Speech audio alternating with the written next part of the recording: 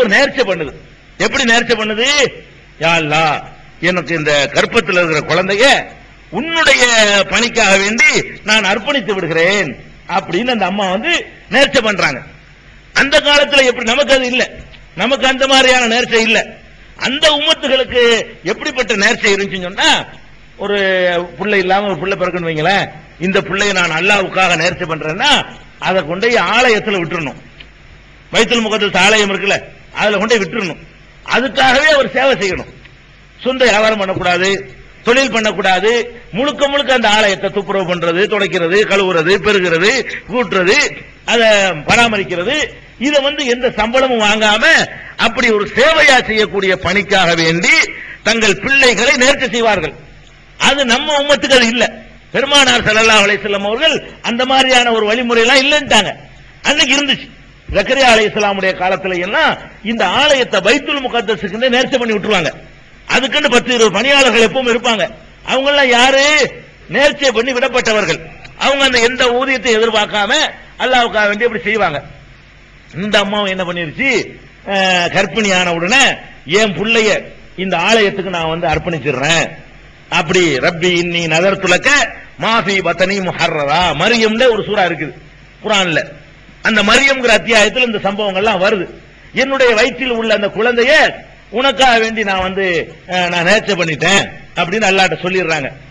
அவங்க என்ன நினைச்சிட்டு சொன்னாங்கன்னு கேட்டா, ஆம்பளை பிள்ளை பிறக்கும்னு நினைச்சிட்டு சொன்னாங்க. ஆம்பளை பிள்ளைய கொண்டே இப்படி விடுற பழக்கம் தான் இருந்துச்சு. பொம்பளை பிள்ளைய கொண்டே விடுற பழக்கம் கிடையாது. வயிற்றுல மரியம் தான் உருவாயிருக்காங்கன்னு அவங்களுக்கு தெரியாது, மரியமுடைய அம்மாவுக்கு. அவங்க நினைச்சுக்கிட்டாங்க, ஒரு ஆம்பளை பிள்ளை தான் உண்டாயிருக்கு போல இருக்குது, இந்த பிள்ளையை நம்ம நினைஞ்சிருவோம், அல்லாஹ்வுக்காக வேண்டி நம்ம அர்ப்பணிச்சுக்கிடுவோம் அப்படின்னு நினைச்சுக்கிட்டு இருந்தா கடைசியில் பொம்பளை பிள்ளை. பலம்மா வலாத்துஹா காலத்து ரப்பி இன்னி வலாத்துஹா உன்சா, அல்லாஹ் இந்த மாதிரி பொம்பளை பிள்ளைய பத்துட்டேனே, நான் இப்படி சொல்லிவிட்டு நேர்ச்சேன்னு சொன்ன பொம்பளை பிள்ளைய நான் என்ன பண்ணுவேன், பொம்பளை பிள்ளைய எப்படி நான் வந்து சேவைக்கு அனுப்ப முடியும் அப்படின்னு சொல்லி அவங்க இது பண்றாங்க. இருந்தாலும் அந்த நேர்ச்சை பண்ண உடனே ஜக்கரியா நபி எல்லாம் கேட்ட உடனே, நேர்ச்சை பண்ணிட்டீலமா, நீ அந்த பிள்ளைய அல்லாஹ்வுடைய சேவைக்கா விட்டுற வேண்டியதான். அந்த பள்ளியுடைய பொறுப்பாளர் யாரு? ஜக்கரியா நபி. அன்னைக்கு இருந்த அந்த பைத்துல் முகத்தஸுடைய பொறுப்பாளர் யாரு? ஜக்கரியா நபி தான் அந்த ஆலயத்தினுடைய முக்கியமான தலைவர். அப்ப ஜக்கரியா நபி கிட்ட வந்து இன்சார்ஜ், அந்த குழந்தையை வளர்க்கிற பொறுப்பு வந்துருது. அந்த குழந்தைய வந்து என்ன செய்யறாங்க, அந்த பள்ளியிலே ஒரு பகுதியை வச்சு மரியமை வந்து வளர்க்கிறாங்க. ஜக்கரியா அலைஹிஸ்ஸலாம் அவர்கள் தகப்பன் மாதிரி இருந்து வளர்க்கிறாங்க. வளர்ந்து கொஞ்சம் கொஞ்சமா பெரிய ஆள் ஆகும் பொழுது ஜக்கரியா நபி ரொம்ப தள்ளாத வயசுக்காரர், சரியான கிளம், பயங்கரமான கிளடு. அவருக்கு புள்ள இல்ல. ஜக்கரியா நபிக்கு அவருக்கு புள்ள இல்ல. புள்ள இல்லாம இருக்கிறாரு. இந்த மரியமையே புள்ள மாதிரி நினைச்சு வளர்க்கிறார். புள்ள இல்ல அவருக்கு. அப்ப இந்த மாதிரி இருக்கும்போது ஒரு நாள் வர்றாரு, மரியமுடைய அந்த அறையில விதவிதமான உணவு பதார்த்தங்கள்லாம் இருக்குது. உணவு பதார்த்தங்கள்லாம் இருக்கு. ஏது உனக்கு இது எப்படி இருந்துச்சு, இங்க எப்படி உணவு பதார்த்தம் வந்துச்சுன்னு சொல்லி அவர் கேட்கிறார். அது அல்லாஹ் அவனுடைய அரியாப்புறத்திலிருந்து அவன் தந்திருக்கிறான், ஏதோ ஒரு வகையில் எனக்கு இது கிடைச்சிருக்குது, அல்லாஹ்வுடைய புறத்தில் எனக்கு வந்ததுன்னு சொல்லி மரியம் அலைஹிஸ்ஸலாம் சொல்றாங்க. அப்படி சொன்ன உடனேதான் ஜக்கரியா நபிக்கே ஒரு அவருக்கு ஒரு டக்குன்னு சிந்தனை வேலை செய்யுது. அதுக்காக கூட அல்லாஹ் கொடுத்துருக்கான். என்ன வேலை செய்யுதுன்னு கேட்டா, நம்ம தளர்ந்து போயிட்டோம், அதனால புள்ள உண்டாகுது நம்ம நினைக்கிறோம். அல்லாஹ் வந்து எதுவும் இல்லாம இந்த மாதிரி உணவு கொண்டாந்து வச்சிருக்கிறான் மரியமுக்கு.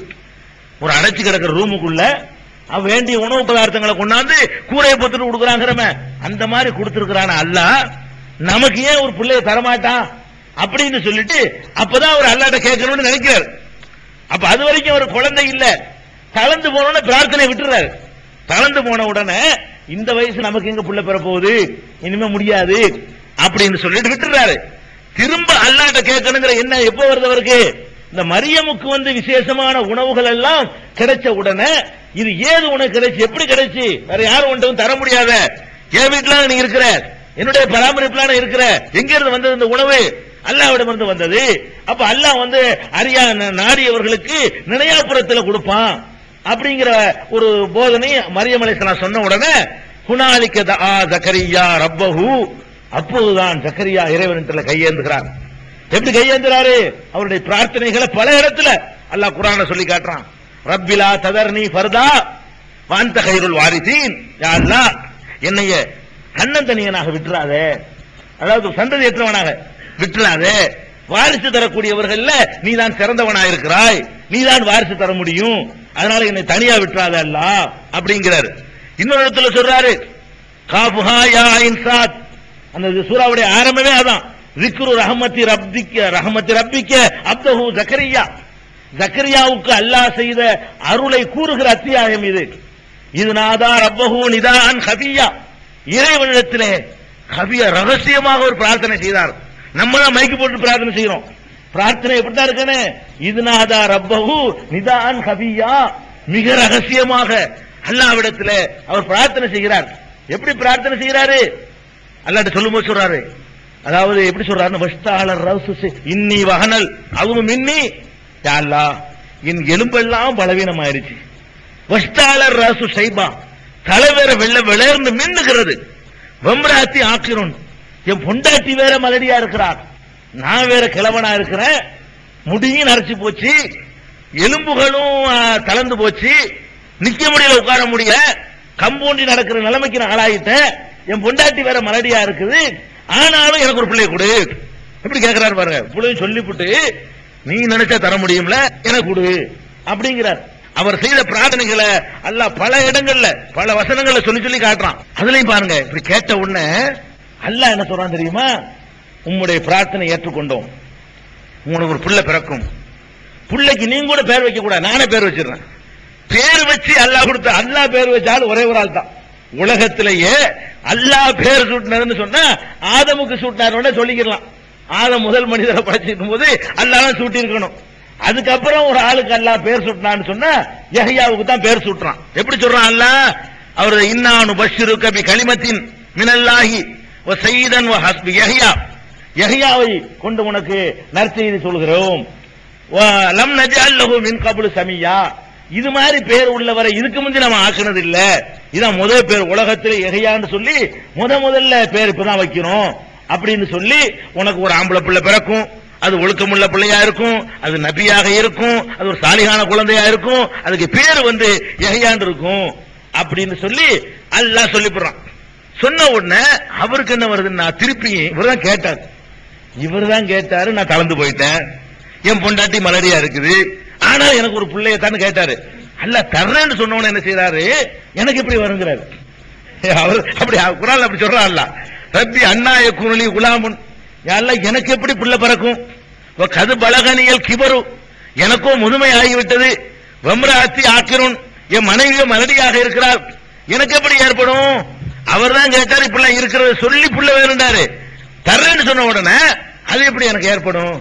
அல்லாஹ் என்ன சொல்லிவிட்டான், கதாலிக்கல்லாஹு யஃபஅலு மா யஷா, அப்படித்தான் அல்லாஹ் நாடியது அப்படித்தான் செய்வான், அவன் நினைச்சதை அவன் இப்படிதான் செஞ்சு முடிப்பான் அப்படின்னு சொல்லி அந்த மலக்குகள்லாம் சொல்லிட்டாங்க.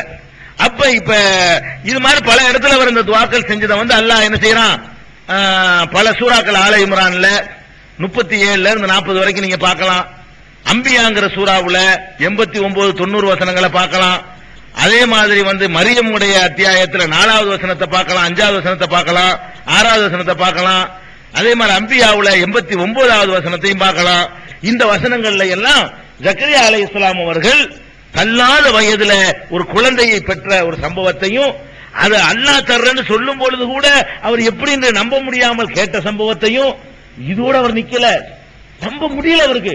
திருப்பி கேட்கிறாரு, எனக்கு புள்ள வரும்னு சொல்றேன், நானும் சரியான தளர்ந்து போயிட்டேன், உலகத்துல இது சாத்தியமே கிடையாது, என் பொண்டாட்டி புள்ள பெற சாத்தியம் கிடையாது, ஆனா ஒரு புள்ள உண்டாயிருச்சுன்னு நடிச்சு சொல்லிவிட்டேன், அப்பனா எனக்கு குழந்தை என் மனைவி கர்ப்பிணி ஆயிட்டாங்கிறதுக்கு எனக்கு இப்ப ஒரு அடையாளம் தெரியணும் அப்படின்னு இருக்கிறாரு. அவர் கேட்கிறாரு, அப்படி ரப்பி ஜல்லி ஆயா, அல்லாஹ் எனக்கு இப்ப ஒரு அடையாளம் தெரியணும், ஒரு மாசம் கழிச்சும் தெரியாது, மாதவிடாயில நின்று போச்ச. மனைவி பருவ வயசுல உள்ள பெண்ணா இருந்தா ஒரு குறிப்பிட்ட காலத்துல குழந்தை உண்டானவன மாதவிடாயில நின்று போயிடும், அதை வச்சு கண்டுபிடிச்சிக்கலாம். கிளடு தட்டி போச்சு, அப்ப எங்க போயிட்டு கண்டுபிடிக்கிறது, கர்ப்பிணியா இருக்கிறத ஒரு 6 மாசம் கழிச்சு வயிறு பெருசானதான் செய்ய முடியும், கண்டுபிடிக்க முடியும். அதுக்காக என்ன இருக்கிறாரு, ரப்பி ஜல்லி ஆயா, எல்லாம் இன்னைக்கு நான் தகப்பனா போறேங்கிறீல, என் பொண்டாட்டி தாயா போறான்னு சொல்றீல, எனக்கு ஒரு அத்தாட்சியை காட்டு, ஒரு அதிசயத்தை நீ காட்டு. அவ்வளவு சொல்லியும் கூட அவர் மந்திரத்தில் கண்டுபிடிக்க இல்ல, குழந்தை உண்டாயிருக்கிற குழந்தை வயிற்றுல இருக்கான்னு கண்டுபிடிக்க தெரியல, அப்படி கேட்கிறாரு. அதுக்கு அல்லாஹ் என்ன தெரியுமா, ஒரு ஆயத்து தானே வேணும், அத்தாட்சி தானே வேணும், 3 நாளைக்கு உன்னால யார்கிட்ட பேச முடியாது, வாய் வாய் வராது. அல்லாஹ் கல்லி மண்ணாச சலாஹத் ஐயாமின் அப்படின்னு அல்ல. 3 நாளைக்கு என்ன செய்ய முடியாது, யாராவது பேச போனீங்கன்னா வாய் வேலை செய்யாது, நாக்க கட்டி போடுவேன். உனக்கு பேச முடியாம போகுது பாரு, அதான் அடையாளம். 3 நாளைக்கு